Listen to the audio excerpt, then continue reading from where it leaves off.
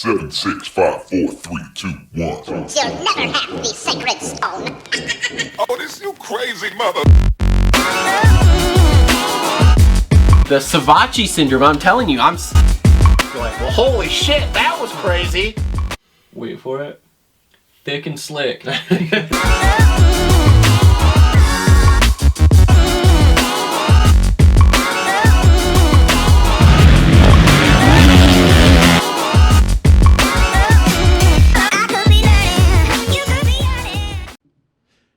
Alright, what is up, everyone? Welcome back to another episode of the Moto Aftermath Show, episode number 157.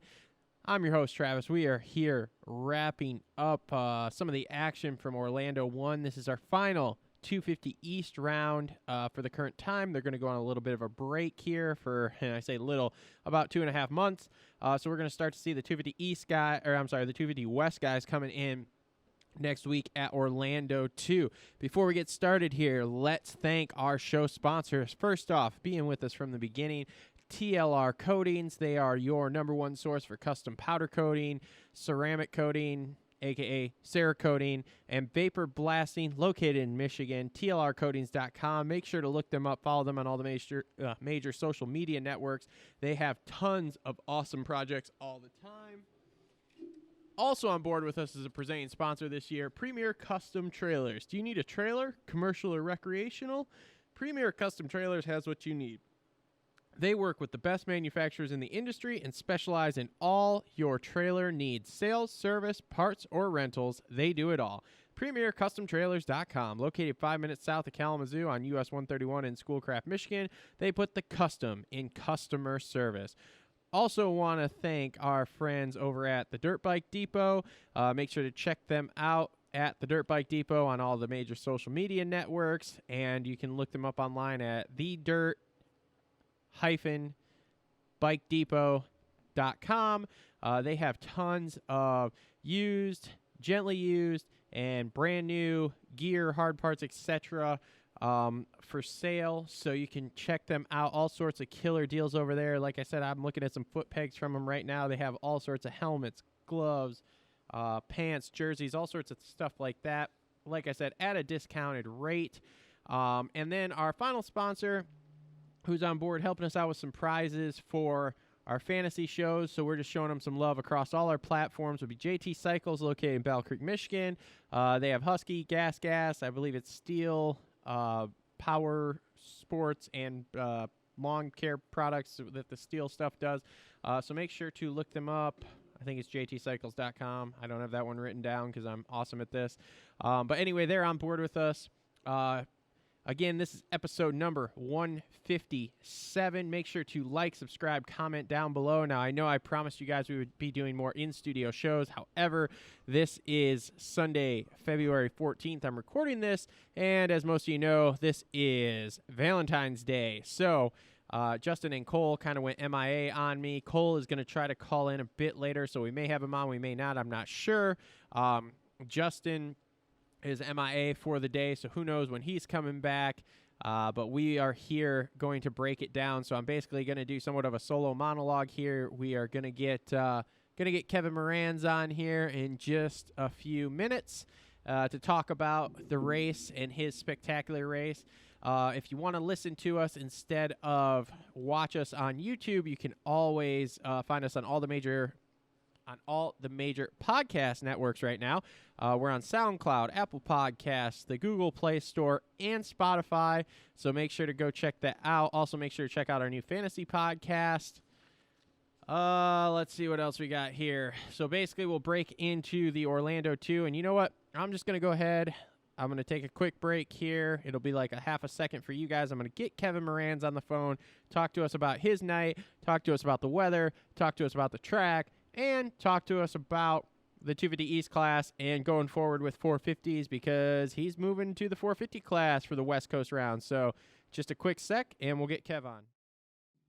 All right, and now as promised, privateer hero on the line with us here, Kevin Moranz. Kev, what's up, man? How you doing? Not much, man. We're doing good. You still in Florida enjoying that weather, I see. Oh, absolutely. Yeah, I hate you right now. Yeah, no, I love it. I absolutely love it. I'm chilling outside in shorts and a t-shirt, just looking at the ocean. You're killing me, Smalls. You're killing me. Okay, well, I know. it's Valentine's Day, so thanks for taking the time out of your busy love life here to help us out on the show. Luckily, your dirt bike gave you a few minutes off here, so you could help us out with stuff. Exactly, So, right? Love of my life. Yeah, well, my other co-host bailed on me, so I'm like, oh, okay, I guess I'm flying solo again today, which is fine, whatever. I'll make it work. I'm gonna be like better than Weege at this stuff eventually, is what's gonna happen. So, there you go. So anyway, so Orlando won here, the final 250 East round for you here for basically like 2.5 months. We did a bit of a throwback track. I think it was supposed to be like the last time we were there in 07 or whatever.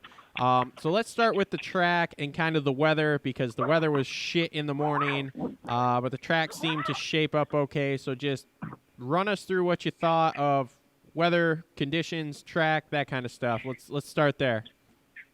Okay, so we'll just start from the very beginning. I wake up in the morning. I stayed with a buddy, Colt Eigman, and his family in Titusville. And so we wake up, and we knew that we were already going to be, like, normal schedule. I didn't have to be on the track until, like, 12:30. So I was like, all right, I'll get up, do a little bit of yoga, do some stretching and whatnot. And so that's what I did. And then while I was doing yoga and stretching, I got an email saying that we got delayed. So, like, there's no free practice. They cut that out. It's just straight 2 qualifying sessions. And I was really confused because it was not raining. Podcast.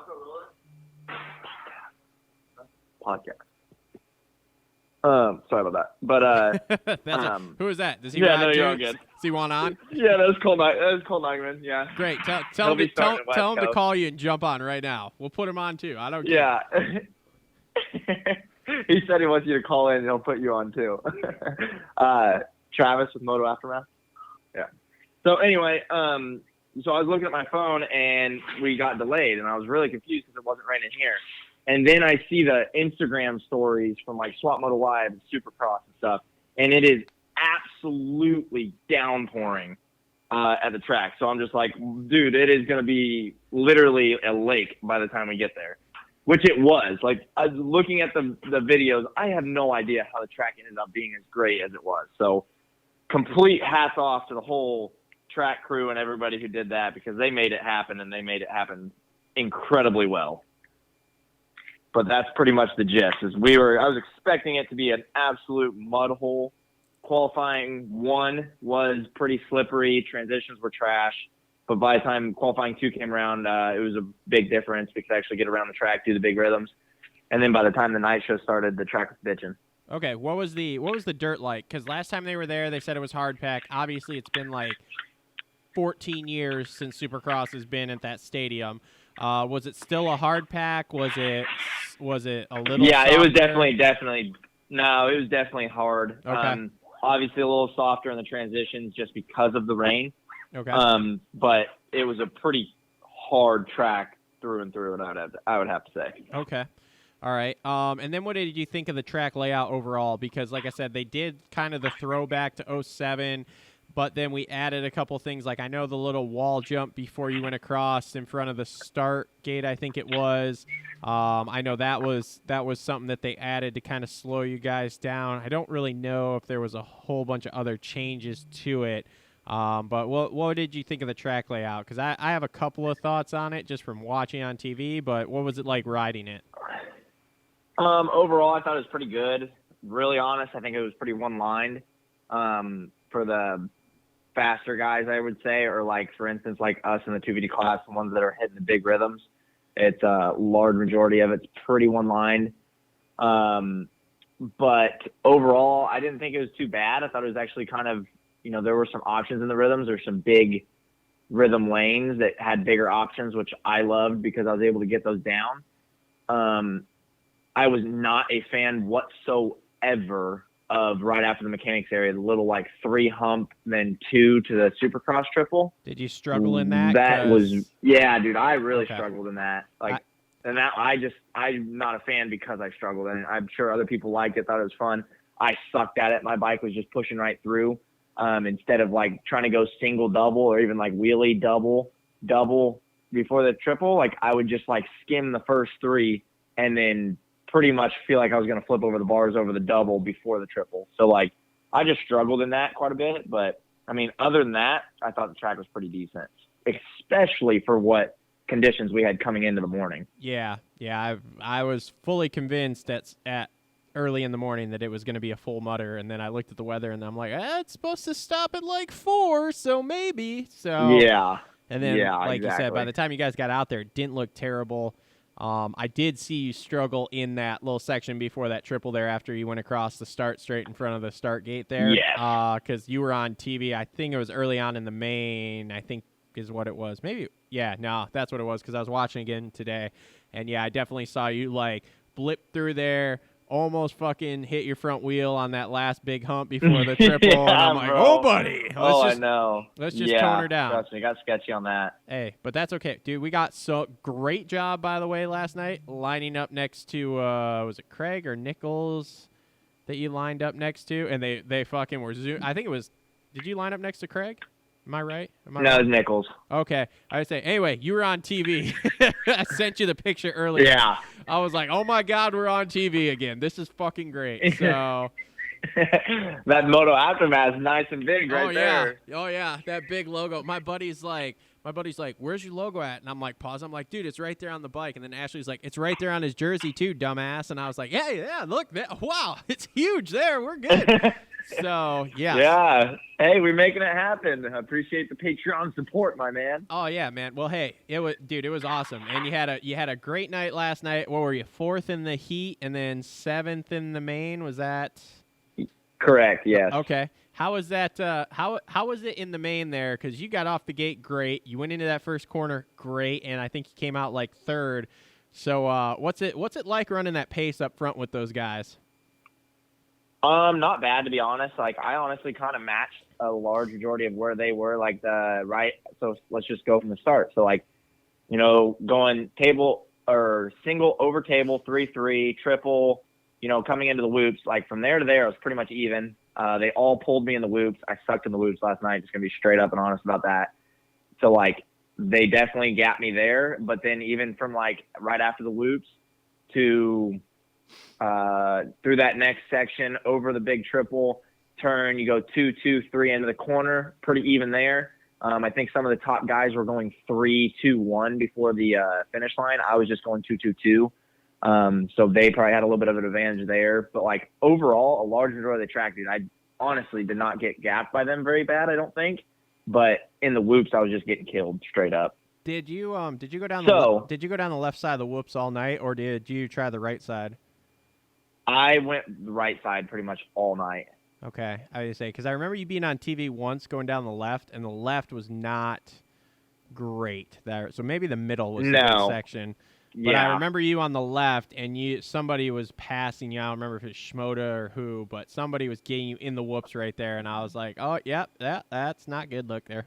But we were on TV, so that was great, dude. I mean, that was awesome. But, yeah, other than that, no, your speed and stuff definitely looked pretty up to par, especially, going against some star Yamaha boys there. I mean, Oh, yeah. let's face I it. appreciate that. Yeah, so... okay, so that was your best ever, right? Like your best finish for a main, right? It was 7th? Yes. Yeah, that was my career best. Nice. And honestly, I should have had 6. That's on me. Just kind of making stupid little mistakes at the end. And the breweries got around me, so we should have held down 6. So, I mean, as happy as I want to be, there's still that part inside of me like, Kevin, you had 6 and you let it go. So We'll get it. That's okay, man. That's okay. Well, we're making strides, and now we're moving. But before we move on to what's coming for you here, let's run through a privateer's day of prepping for a mud race, because I know we talked Thursday or Friday, I think it was, and you were headed to get roll-offs and stuff. How do you prep for a mud race, like bike-wise, gear-wise, etc.? Because we all know, like, the factory guys, we see that. They've got foam here, foam there, and they have dudes that do everything and for them, so whatever. How does a privateer prep so that you hopefully don't blow up your bike and or grenade yourself in a mud race? So when we were coming into the race or going to the stadium and we knew that all the rain was coming in, like I was actually like talking to a few people, like, do we ride the race bike or the practice bike? Like, do we not even mess around with the race bike? I fully expected it to be a complete mudder, like you said.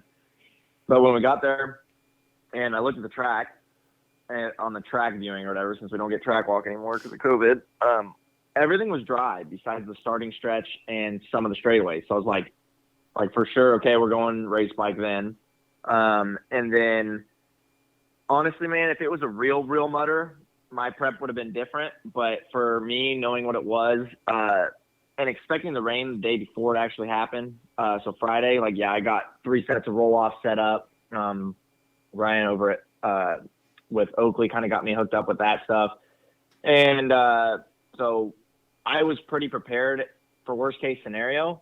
But when it comes to like foam and bikes and gear and stuff like that, I didn't really do a whole lot because one, I didn't have anything. Like I didn't have foam and I didn't have, a bunch of special things for my bikes and whatnot.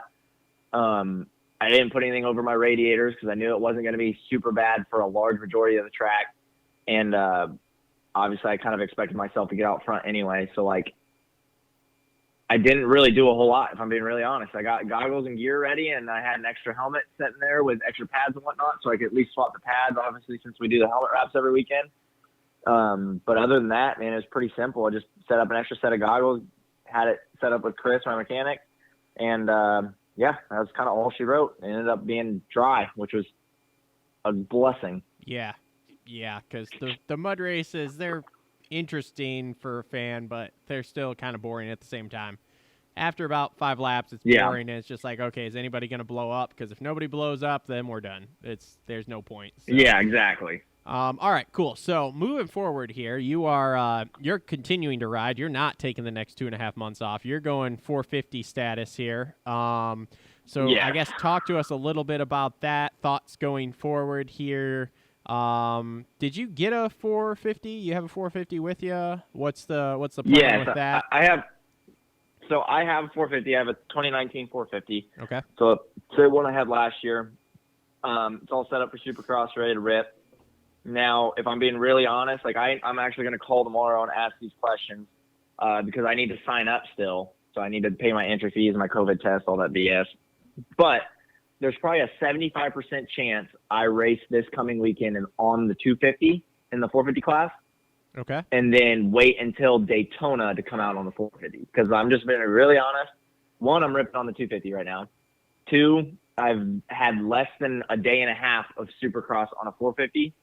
So I don't really see that being a very wise option with a lot of rain in the forecast coming up this week as well. So it's going to be tough to ride all week. So 75% chance I'm going to be on a 250 this weekend. And then because we race this weekend in Orlando, then next weekend is off. And then the weekend after that's Daytona. So technically I'm going to have 2 weeks after this next race to get a little bit of time on the 450 and to make a true debut on the 450 in the 450 class at Daytona is kind of what I'm thinking. Okay. Because there's definitely not something you want to do, just jump out on the 450 with 0 time on it on a Supercross track. I'll be just fine in all the rhythms and everything, but last thing I want to do is do something dumb and get whiskey in the whoops or something like that. So it doesn't bother me. I'm going to play it safe, whatever I feel comfortable with. If I can get a day of riding on the 450 this week and I like it, we'll send it. But I would probably have to say it's a 75% chance I'm on the 250 this weekend. What are our goals going in here on the 450? Is it night show? Is it main? Is it night? Well, night show for sure. Main's going to be very, very tough, but that's my goal to at least make a main through my 450 racing. And that's just being realistic. I can sit here and say, oh, we'll make every main, but dude, that's going to be gnarly. Trust me, those dudes ride very aggressive and they ride 450. So especially being on a 250 in round 1, transferring straight from a heat race is going to be very, very, very tough. So with your boys' starts and say it's a little bit shorter start, I have no doubts whatsoever. I can still be in that top 5 off the start in the LCQ. And as long as I run clean laps, because that's really all you really need in the LCQ is to get a decent start and run clean laps, stay out of the carnage. And I think that there's a pretty good possibility to come out of that. But no, biggest thing is just making it a night show, have fun, get some experience with the big dogs, and work into getting into some main events in the 450 class would be huge. Sweet. I mean, you picked a hell of a time because there were only like 2 or 3 dudes that just came back, like in Orlando one, and then I think there's like a couple more that I know Sexton at some point here is due back, and then I think Anstey is coming back relatively soon too. So you picked a good time to jump over. It's good. Yeah, just perfect timing. But no, I'm keeping my goals realistic. Okay, all right, that's good. Now, you've watched the race back, obviously, so at some point today. So I guess a couple questions. Number one, what were your thoughts on the whole Craig thing with the crash and the fucking up his wrist and then coming back and getting third last night? What'd you think about that? Not watched it. Oh man, I have not watched it, You're but slacking. I did watch the second 250 heat race, like obviously on the TV as soon as I got back from my heat race. So I saw the whole Craig thing. Shitty deal. I mean, it's just part of racing and whatnot. I don't know how bad he hurt his wrist, so like I can't sit here and say whether he was a tough son of a gun or if he was being a little bit of a baby. But I mean, to have something like that happen, to regroup and get on the podium, that's a pretty big deal. So that's pretty good for him. Yeah, it was. I don't know. It's interesting. I'm not a huge Craig guy. There's some some mannerisms about him that I don't care for. So that whole situation last night, I was kind of like, and I'm getting real tired of the gosh, I fought through this and all this crap. Like, okay, bud, you fell, you hurt your wrist, you sat there on the ground and shook your head like it was broke into a gazillion pieces. Like, dude, honestly, he did. I was like, the way he was sitting there, I'm like, his season's over. Yeah, he was kind of being. I don't know if he's being a little bit of a baby about it. That's what I'm saying. Like, I don't know how bad he got hurt. Maybe he was just tough as hell and came through and podium still, or maybe he was just being a little soft. Yeah, but it's not for me to judge. I don't know. Well, hey, man, I'm not racing this stuff, so I'll judge all I want to. And I don't know. I feel like there was some dramatics going on there. And then, like I said, I'm getting somewhat tired of the getting in the mains and winning or getting on the podium and then crying and whatever else. Like, bro, you've done this before. You've been at this for a long time. Like, this is great that you're having a halfway decent season, but at the same time, you probably should have done this 15 years ago. So let's just, let's just be realistic here. Like, good on you, but at the same time, Colt's still whooping your ass. So Colt's whipping your ass. Yeah. And there's a 17-year-old that keeps taking you to Pound Town every few races too. So because let's face it, Golden Jet was on it again last night. Now I think he's got the what do they call it? The sophomore slump or whatever, which I guess if you want to call it that. I mean, basically, it's either checkers or wreckers for him as far as I can tell. Like, he either goes out and just completely dominates or he's probably on the ground at some point. So, all right, good talk. What'd you say? I said with Jet, it's either checkers or wreckers for him, man. He's either winning the race or he's on the ground. So, and when he wins, he definitely dominates. Like, he had Colt all over him last night, and he still managed to pull away from him. So I thought that was pretty good. So, but then like I said, you get into these off weeks, and all of a sudden he's on the ground 47 times. So, anybody in how much did he win by? I don't remember, if we're being really honest. I made tacos. Was Colt right on him? He was on him for a fair amount of the race, but I don't know how close they were at the end. I'm gonna be real honest with you, dude. I made tacos yesterday, and I snacked on tacos and drank all day. So by the time the race came on, I was a little fuzzy, and my attention span wasn't super great. So I don't remember all the details. Plus, my fantasy wasn't going well. Like, it was a bad situation for me all the way around. So. So I don't remember exactly what he was like when we got to the end, but he withstood some pressure, he handled it well, and he took that home. So, but again, I mean, it was his day, like we've seen before. What was it, Houston 2 or whatever, where he won? Like, it was his day all day long. He did not look like he put a foot out of place. So, Anybody coming up? Anybody coming up in 250 West that you're on the lookout for, or excited to see ride? Yeah, my boy Colton. I've been the one that I'm staying with. I'm excited to see him ride. Man, there's gonna be a lot of guys in that West Coast, so I'm honestly just excited to watch it. It is. There's gonna be a lot of dudes there, so that'll be cool to see. Excited to get some fresh blood back on the circuit here. So, okay. Anything else you want to talk about, man? I've taken up enough of your time here, so unless there's something else you want to talk about right now, I can let you go here, and we'll talk to you next week after you dip your toes in this 450 class, man. After we punch it into the main on our 450 Pro debut. I mean, that would be great. If you can do that, I'm going to be super impressed, to be really honest with you. As deep as this class is. Hey, man, that's what we're here to do. I mean, go get it done. I mean, I there's crazier things I could see happening, so. Yeah.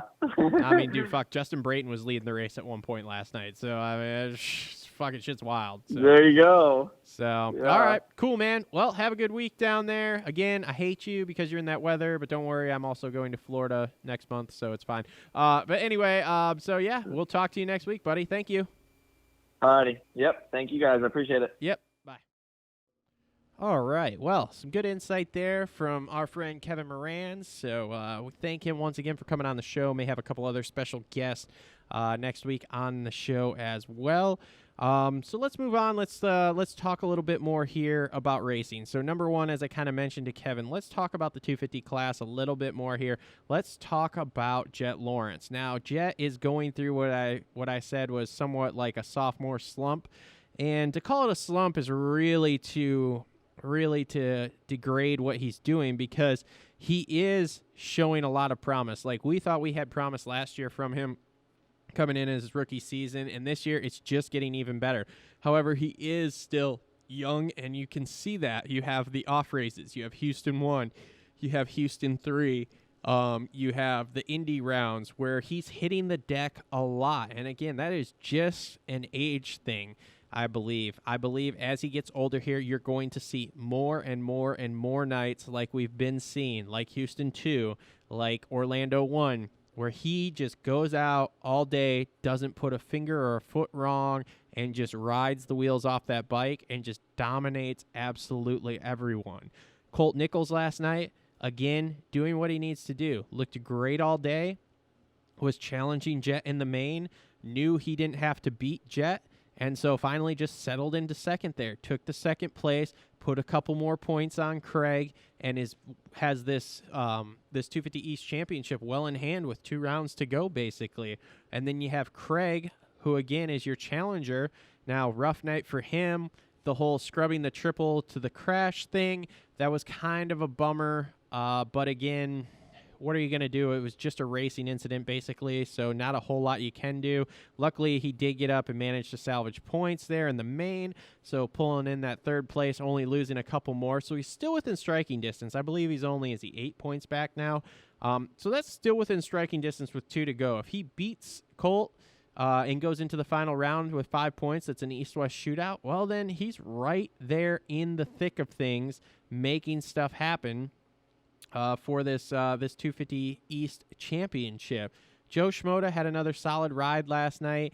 Again, he's just Joe, and he's just solid. He didn't look great, didn't look awful last night. It was just kind of an okay so-and-so night for him. And then after that, you pretty much fall into the privateers. I mean, Oldenburg showed some speed, but again, he's Mitchell Oldenburg, so you kind of know what you're getting there. He can be balls out fast and like challenging for the lead, and then he'll hit the ground and his night will be over. So I'm super happy to get into the 250 West here. There is an absolute gaggle of guys coming in for the 250 West, and Justin's not here to remind me all of them, but you have Hunter Lawrence for sure is a guy to watch out for. We've seen him on a couple Supercrosses at the Salt Lake Cities last year, but you didn't really get a chance to see him really stretch his wings and fly. We did see him. Oh, where else did we see him? He was at Tampa, I think, and messing with Austin Faulkner. So, again, very interested to see now that he's had somewhat of a full offseason here in training and comes in hopefully healthy to see how he does. Star Yamaha has 67 dudes, including a couple of rookies that we're not really sure how they're going to do, but we think they should do good. Styles Robertson is on Rockstar Husky. He's coming in. Who knows what we're going to get there? We could get something great. We could get something completely just a bomb, and we don't know anything about, and we don't see anything out of him the entire time. You have on Pro Circuit, oh boy, really testing. You have another rookie, Seth Hamaker. We'll see how he does. Again, another one that no one's really sure what we're going to get out of him. And then you have Jordan Smith on that team. So we will see what happens with him. Again, Jordan Smith has this tendency to hit the ground, and I'm not a fan of Jordan Smith for that reason. I don't think there's anything wrong with him as a person. I'm just saying based on your career, that's one thing I want everyone to know. Personally, against most of these guys, I have no beef whatsoever. It's strictly under the racing pretenses that I'm like, okay, you're an idiot, you get hurt all the time, etc. So these aren't personal attacks I'm putting out on these guys. So if anyone's thinking that, just shut up. It's not that way. But anyway, so we'll see how Jordan Smith, he has championship speed, so he should be okay. But will he make it through the whole season? Will he get hurt in the first round? No one's really sure. We'll have to wait and find out. Another person that we're going to have to watch out for here, Jeremy Martin on that Star Yamaha. Has to be considered one of the favorites going in. Now, again, Jeremy Martin, I have very little faith as far as Supercross goes, but maybe he pulls something out. I don't know. He's the veteran of the class, and then we have his brother Amart too. Now, Amart's not on a factory bike. He's on a Man Luck something Yamaha. So we will see how he does. He's looking good. If you don't follow his channel, go follow it, Troll Train, and on YouTube, and you can follow some of his training stuff. And he looks pretty good on that Yamaha. Looks solid on the Supercross track. So we'll see what we get out of him. Not really sure how that bike's going to hold up. I mean, we know these Yamahas are fast out of the box, but if he can get his suspension set up where it's working right for him, he could be a contender. Wouldn't that be funny to have both Martin brothers be a contender going into 250 West? And I think that's all I have for 250s for this week. Again, sorry that we're monologuing. Sorry that we're not live in studio. When they bail on you, they bail on you. And I don't know what to tell anybody. I'm trying my best over here. So anyway, let's move on to 450s. Now, 450s last night, I watched a thing that Weege said, and he's somewhat right. If you watch the races, this is Monster Energy Start Cross. The start, that first 40 seconds of the race is, it pretty much determines most of the race, especially last night. Kevin was right in saying last night that track was very one line. There weren't a lot of opportunities to pass. It was slick in spots, so it made it even more challenging. And in the 450s, it showed. You have Justin Brayton and Zach Osborne, who haven't done anything all year, really. They both get a start. Osborne leads. Brayton leads. It was amazing. Osborne ends up pulling off that podium last night. If you went back 2 weeks, did anyone think that Osborne was going to pull off a podium anytime soon? Probably not, especially Justin. He would have sat here and told me that Osborne was worthless, this, that, and the other thing. But yet, here we are. He just got a podium. So now we're moving the ship in the right direction. We're headed in the right way now. So hopefully he can continue an upward trend there. Justin Brayton also was up there. Got eaten up really, really quick by Cooper Webb and Ken Roxon. Cooper Webb takes the lead pretty early there from Kenny and pretty much is pressured the entire race by Kenny. At one point, I think he had a few seconds on Kenny. Then Kenny reeled it back in, making a charge towards the end, but Webb did hold him off. I was really pulling for Roxon to make a late race charge and get Webb really late, just to kind of boost some confidence back in the other direction. But all in all, I don't think Kenny's worried. He still has... 13-point lead here, I believe. Yeah, he's 13 up on Cooper in second place. And, we're now 7, almost 8 races in. So the championship in Kenny's mind, from what I understand, is now starting to take shape. He's been quoted as saying before that the championship doesn't even take shape till 10 races in. So we'll see here. We do have a break after Orlando 2 here next week. So we will have Orlando 2, then we'll have a week off, and then we come back at Daytona. So that'll be interesting to see how this goes. But Kenny, I think, is still in a really good spot. He still looked really good last night. Again, there just wasn't anywhere to really make time. There wasn't a whole lot of places to make passes without really shoving it in, which Kenny's not that guy. And I think he's smart enough to go, okay, cool, we're going to lose a few points to him. We've still got a 13-point lead, and we're still looking really, really good. Tomac, bad start. Again, even for Tomac, that was a lackluster start last night. Comes back, doesn't have a great night. Justin Barcia, challenging all night. He was right there in the fight. But then, just lacks that last little bit, especially on Webb and on Roxon. And again, you're starting to see everything kind of take shape. The guys at the top are at the top all the time. We have had some outliers. We've had some Braytons. We've had some Osbornes. We've had some Dylan Ferrandis having podiums in there. But realistically, you're looking at Webb, Kenny, and Tomac as having most of the wins, most of the podiums. You throw Barcia in there as well. He's there once in a while. And other than that, the real sad part is, and this goes back to my rant last week about the NBC and kind of not letting us watch stuff, is that if you go back in that pack and you go to, say, 5th place on back, 5th place to 15th place is like a freight train, and those guys are inside, outside, battling like crazy for every single spot. It is wild, absolutely wild how stacked this 450 class is. I mean, you go back to the LCQ, you have guys like Brock Tickle, Brandon Hartraft, Tyler Bowers, not even making the main. It was really unreal. There are a lot of good dudes that are not making the mains. A lot of badass 450 dudes not making the mains. So it is only going to get worse. We're still missing Max Anstey. What is he going to do when he comes in? We're still missing Chase Sexton. What is he going to do when he comes back? Chase, you have to almost be guaranteed he's a 450 main event guy. Anstey, who knows what's going to happen with him? He could be a main event guy. He could not be. He could be like the rest of the Twisted Tea team and be out back, just battling in the LCQ, trying for one of those last spots. It's a really, really tough time in the 450 class, and is just basically making more sense to open up that 250 class and let that be a wide open class. The last guy we're going to talk about from the Orlando 1 round who made his debut, Shane McElrath, and holy shit did he come in and make a splash. He comes out in that 450 heat, he gets the whole shot, and he starts running away. Now, Tomac did track him down, Tomac did get by him, but man, was that impressive. Now, I will say, there were some people that were messaging me saying, oh man, look at Shane, and I said, well, let's just wait for the main, and then we waited for the main, and once again, Shane was kind of, it was, when you put everyone out on the track at the same time getting going, it turns into not quite as spectacular. I will admit, when that heat race started, I thought, oh boy, we're going to get Shane of the 250 class. He's going to come out in his first race, whether it's the first one or not, and he is going to absolutely destroy people.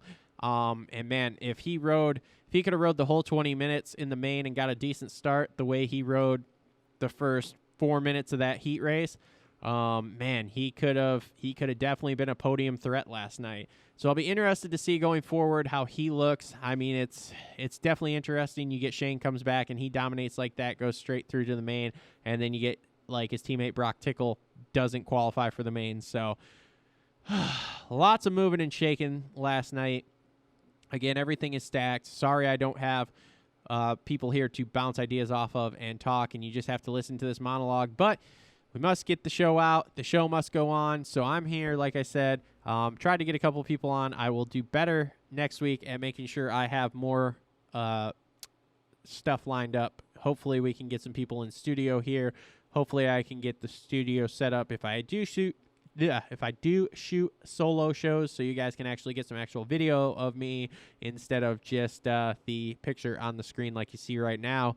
So again, I do apologize. I know some of you guys are getting tired of this, but we're just doing what we can with what we got. Unfortunately, we don't have a huge budget to be able to get people on all the time. We're we're just rolling with what we got. So anyway, this has been another episode of the Moto Aftermath Show, presented by TLR Coatings and Premier Custom Trailers, also sponsored by JT Cycles and the DirtBikeDepot.com. So make sure to check all them out. Links in the description below. Follow us on all the major social media networks. Listen to the Fantasy Show. Make sure to like, subscribe, and comment down below. And we will be back next week with wrapping up Orlando 2, first West Coast race, Kev's first 450 race. So we will see you all later.